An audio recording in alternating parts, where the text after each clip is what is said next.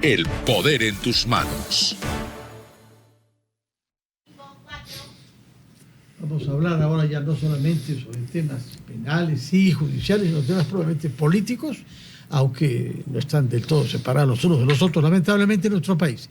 Pero en todo caso hemos invitado a dos figuras prominentes de sus respectivos partidos, que en esa calidad están postulando ambos al Senado, desde el punto de vista nacional, no Senado de una región, sino Senado del Perú en su conjunto. Y son el señor Raúl Canelo, que es candidato como número 3 por el Partido Libertad Popular, y el doctor Guillermo Aliaga, que es un abogado también, candidato al Senado por Somos Perú. Señalo que el señor Canelo es decano del Colegio de Abogados de Lima, pero que no hablará en esa calidad, aunque hay temas que tienen que ver con el Colegio de Abogados que quizás abordaremos, pero usted desprenderá de esa función para hablarnos acá como político y no como decano. Una primera reacción ante la captura de este criminal que naturalmente conmociona y satisface a la opinión pública, ¿no? Del señor Eric Moreno, alias el Monstruo.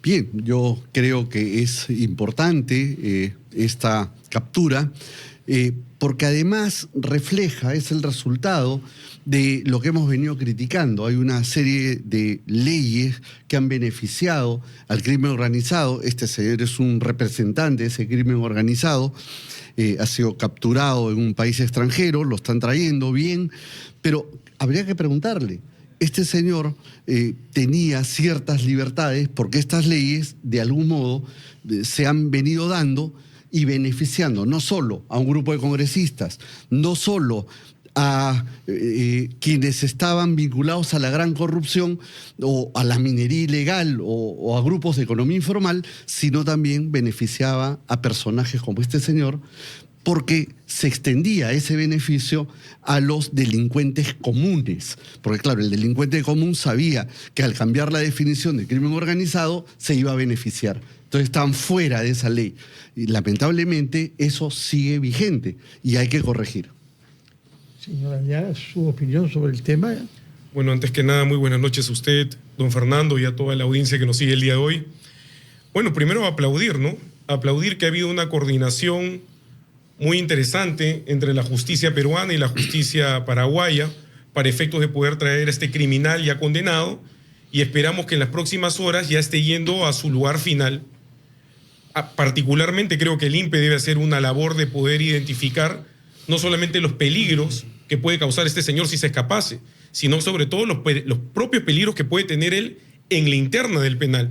Y me refiero, mucho se ha hablado de que habría posibles actos de corrupción de parte de algunos policías para efectos de poder facilitar su fuga o facilitar el escape ante situaciones que iban a ser de aprender, ¿no? Entonces es muy importante que hoy en día este señor vaya primero a una institución penitenciaria de máxima seguridad. Entiendo que había habido una ampliación para poder utilizar la base naval como centro penitenciario. Sería interesante poder tenerlo ahí. Y si no, bueno, tendría que darse una requisa mayor en Chayapalca para efectos de poder asegurar que este sinvergüenza no vaya a tener ningún tipo de comunicación, como se presume que previamente la ha tenido. Muy bien, entonces sobre el tema Eric Moreno, alias el Monstruo, nos hemos entendido. Hablemos entonces sobre un tema diferente, que es el tema del presidente José Gerí. Hay un debate en el país, uno, si conviene o no removerlo de su puesto a pocas semanas de la primera vuelta electoral, y en segundo lugar, si para removerlo hay que recurrir a la vacancia en tanto que es jefe de Estado o a la censura en tanto que él accedió a ese puesto por ser congresista. Y las opiniones jurídicas sobre estos dos temas difieren, así que quisiera que nos hable usted de su perspectiva de Libertad Popular. Yo diría que hay dos temas, el de si conviene y el de si se debe. A ver, conviene, claro, a los grupos políticos que de algún modo lo han colocado en esa situación, que lo manejan, que están vinculados desde el Congreso en este pacto de este autoritarismo que nos gobierna. Este señor es una pieza reemplazable, tan reemplazable como lo ha sido la señora Dina. Entonces, desde esa perspectiva, claro, a algunos no les conviene porque lo han colocado ahí. Quienes lo han colocado lo van a defender. Sin embargo, ¿debe este señor ser censurado? Desde mi perspectiva, sí. ¿Censurado como congresista o vacado como presidente? Bueno, las dos cosas, pero para mí debería ser censurado, no vacado, pero bueno, entiendo que hay posiciones, pero desde mi perspectiva, censurado. Y entonces, ¿y por qué censurado? Porque es evidente, los indicios nos conducen a una situación de cohecho, nos conducen a una situación en la cual este señor ha hecho un patrocinio ilegal, pero esa es la punta del iceberg. Ahora ha surgido en las informaciones de fin de semana toda la relación que había con los amigos de la construcción, este nuevo grupo, amigos de la construcción chinos, donde incluso algunos parlamentarios pugnaban por integrar esos beneficiosos trabajos que se realizaban ahí y que implicaban viajecitos y tal. Bueno, pues esa es la punta del iceberg. Y el daño al país, y ese juez que dictaba medidas cautelares por 1.500 millones, favoreciendo a las empresas que están vinculadas al edificio famoso de San Borja, donde el señor Gerí iba al Chifa y a comprar caramelitos. Bueno, entonces todo eso, desde mi punto de vista, debe ser censurado. Muy bien, su opinión, señora Aliaga. Hago notar que es relevante el hecho de que usted sea miembro de Somos Perú, no solamente miembro, sino vocero político, y que el señor Gerí también es miembro de Somos Perú. No sé si ha pedido una distancia, una licencia para ejercer su presidencia, pero en todo caso, él estaba en el Congreso elegido en la lista de Somos Perú. Es cierto que como accesitario del expresidente Martín Vizcarra.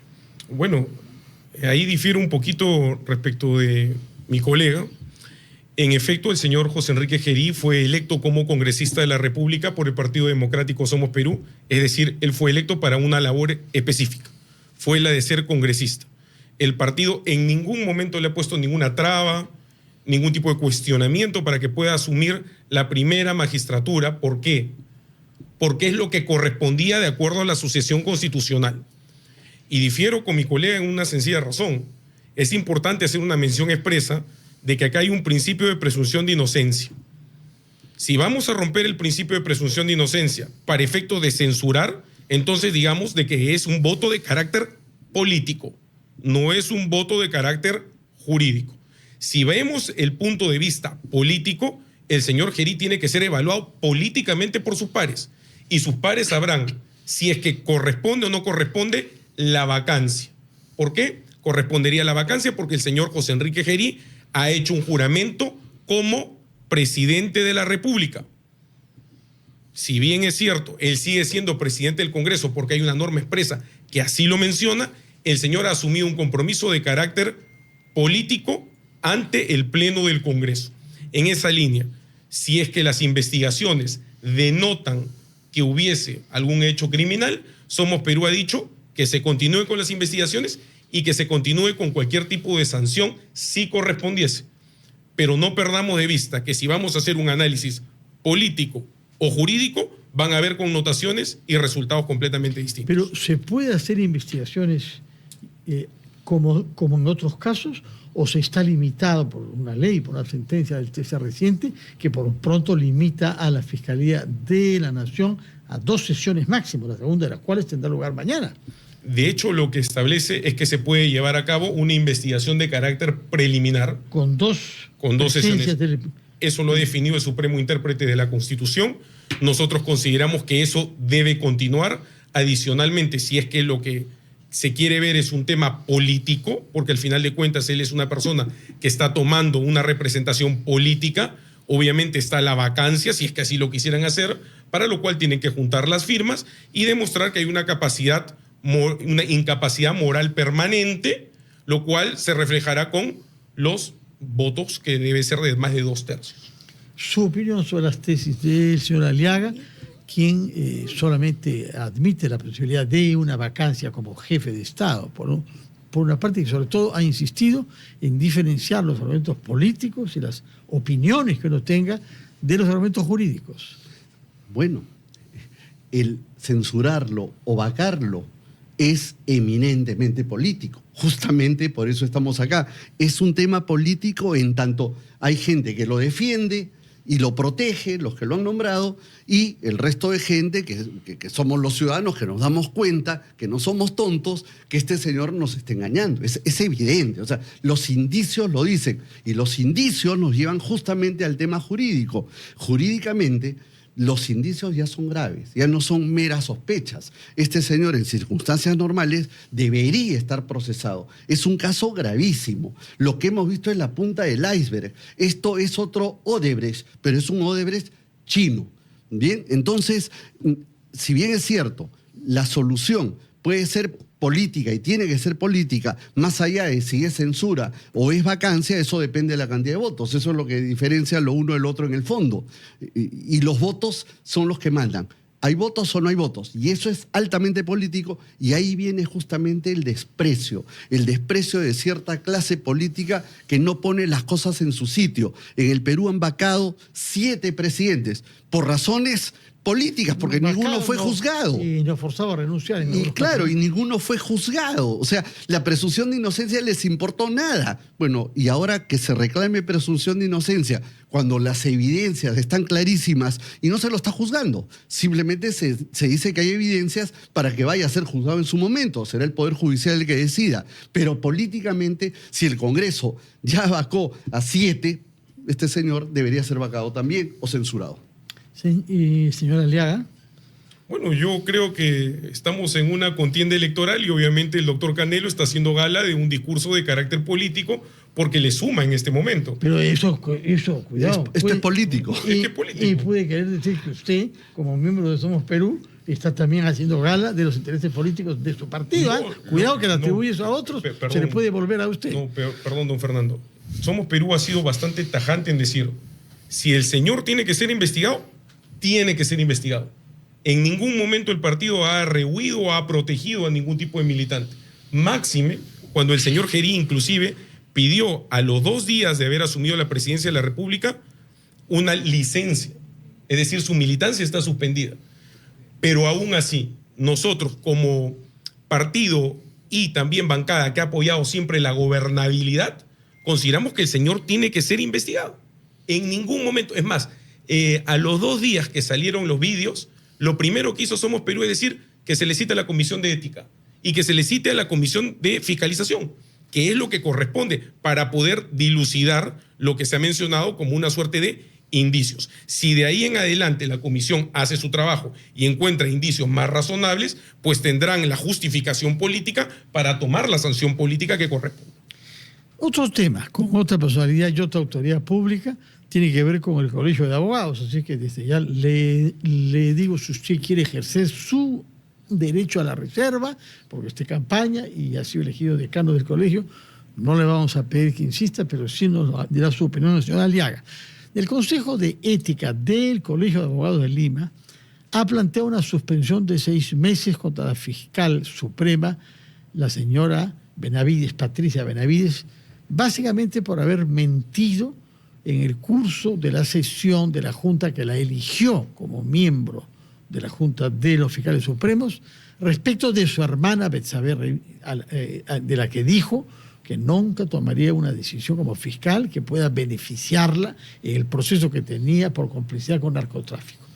Se ha suspendido a 6 meses, ella puede apelar ante una instancia suprema que creo que está compuesta por antiguos decanos, ¿no? Sí. Explícanos sobre ese procedimiento. Sí, bueno. Le repito, si usted tiene la libertad de hacerlo, porque es decano y que comprendería muy bien que debe guardarlo de cierta reserva. Yo no voy a calificar los hechos en tanto no me corresponde, pero sí lo que puedo explicar es cómo funciona el proceso interno dentro del Consejo de Ética. Efectivamente hay un consejo, este consejo recibe hace varios meses una denuncia que hace referencia a varios puntos, que ha recibido una medalla de una persona que está procesada, que ha nombrado... ¿Quién? ¿Recuerdan, no? López Aliaga.